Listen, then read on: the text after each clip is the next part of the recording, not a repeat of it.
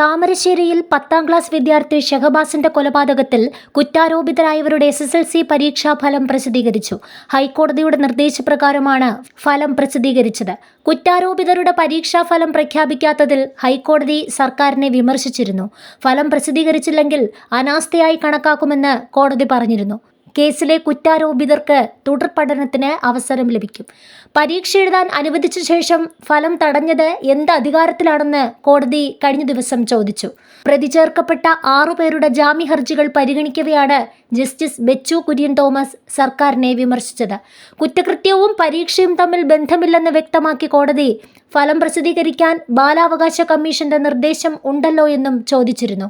Criminal നിയമ സംവിധാനം ലക്ഷ്യമിടുന്നത് പരിവർത്തനമാണ്. ഒരു കുട്ടി കുറ്റം ചെയ്തെന്ന പേരിൽ പരീക്ഷ എഴുതുന്നതിൽ നിന്ന് വിലക്കാനാകുമോ? ഉദ്യോഗസ്ഥർ ഇക്കാര്യത്തിൽ ഉത്തരവാദികളാകും. ജാമ്യ ഹർജിയായതിനാൽ പരീക്ഷാഫലത്തിന്റെ കാര്യത്തിൽ ഇടപെടാനാകില്ല. കക്ഷികൾക്ക് ഇതിനായി ബന്ധപ്പെട്ട കോടതികളെ സമീപിക്കാമെന്നും സിംഗിൾ ബെഞ്ച് വ്യക്തമാക്കിയിരുന്നു. കുറ്റാരോപിതരെ പരീക്ഷ എഴുതിപ്പിച്ചതിൽ കടുത്ത പ്രതിഷേധങ്ങളാണ് ഉയർന്നിരുന്നത്. എളയറ്റിൽ Vattoli MJ higher secondary school വിദ്യാർത്ഥിയായിരുന്നു ഷഹബാസ്.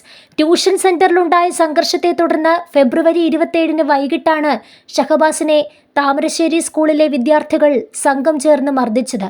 രാത്രിയോടെ ഛർദിയും മറ്റ് ആരോഗ്യ പ്രശ്നങ്ങളും ഉണ്ടായതിനെ തുടർന്ന് കുട്ടിയെ ആദ്യം താമരശ്ശേരി താലൂക്ക് ആശുപത്രിയിലും പിന്നീട് മെഡിക്കൽ കോളേജിലും എത്തിച്ചെങ്കിലും മരണം സംഭവിക്കുകയായിരുന്നു.